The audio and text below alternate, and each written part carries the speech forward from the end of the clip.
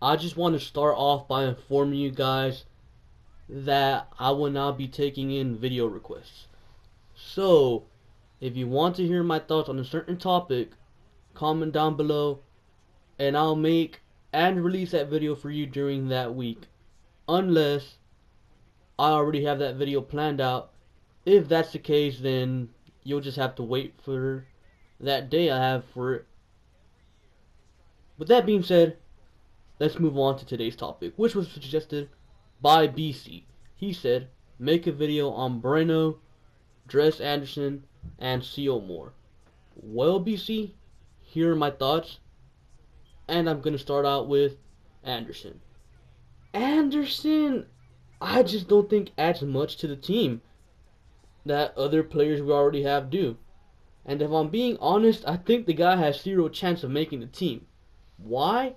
Well, OBrien usually carries 5 wide receivers into the season. So if we start counting, we got Hopkins, Fuller, Braxton Miller, and Strong. Those are pretty much locks. They're going to make it. The 5th spot goes to Wendell Williams because he's going into his 2nd season in the system. And I've been hearing a little buzz about him during OTAs. And if Fuller gets hurt, Williams is really the only player we have who can really play the stretch the field role that Fuller is supposed to play. On occasion, OBrien does have a 6th wide receiver on the roster. Even then, I don't think Anderson's that 6th wide receiver. The 6th spot, I would say, goes to Ronnie McCarran. If you guys do not know who he is, he's a wide receiver out of Iowa. He's 5'9", and is quick and shifty. He's a perfect fit for a slot receiver. He ran a 4.36 in his pro day, so he's pretty fast as well. He can also return kicks and punts, so versatility. OBrien preaches it. The pickup itself was, whatever. What more can you say about him? Now, Breno is a right tackle that came from the Jets. The last 2 seasons he was absolutely terrible. So yeah, there's that. But another thing to note, before those 2 seasons, he was adequate. During those times, his offensive line coach was Mike Devlin, who also happens to be our current offensive line coach. So hey, maybe he can work his magic and make him adequate again? Probably not. I think it's going to be really hard for Breno to make the roster. OBrien usually carries 9 offensive linemen. So let's start counting again. Let's see. Dwayne Brown, Jeff Allen, Xavier Suafilo, Nick Martin, Greg Max, Chris Clark, and Kendall Lamb are all 100% locks.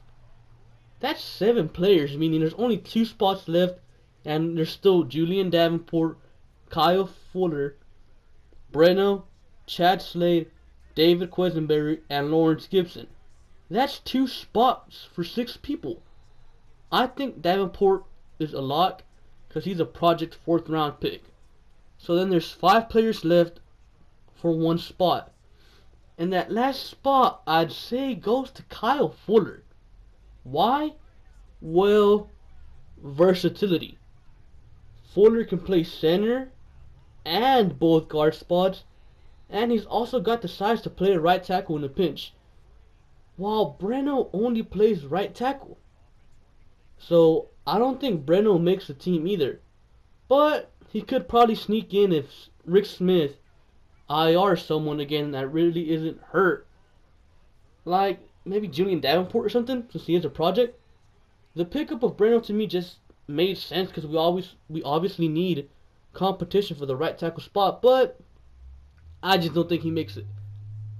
Now, CO Moore, I think that was a great pickup. It wasn't the move we really needed, but it was still a great move. Moore has been a journeyman since drafted by the Raiders, and he's been a solid player if you ask me. Moore is just quality depth. In the past, if Cushing went down, we'd be screwed. But now we got Cunningham and Moore behind Cushing. I think Moore will go into the season as the fourth inside linebacker behind McKinney, Cushing, and Cunningham in that particular order. The guy just plays good. He isn't a guy who's going to win you a game, obviously, but he's also not one that's going to lose it for you. Say if Cushing has to exit a game or is injured for 2 or 3 games, Moore can fill in properly for him. Oh yeah, and special teams. Lord knows we need more special teams players. I think Moore's pretty much a lock to make the team unless both Dylan Cole and Shaquille Rashad really impress in preseason. But that being said, those are my thoughts on our free agent signings, and that will be all for today. Make sure to like, comment, and subscribe for more content. Thank you for watching. I'll catch you guys later. Peace.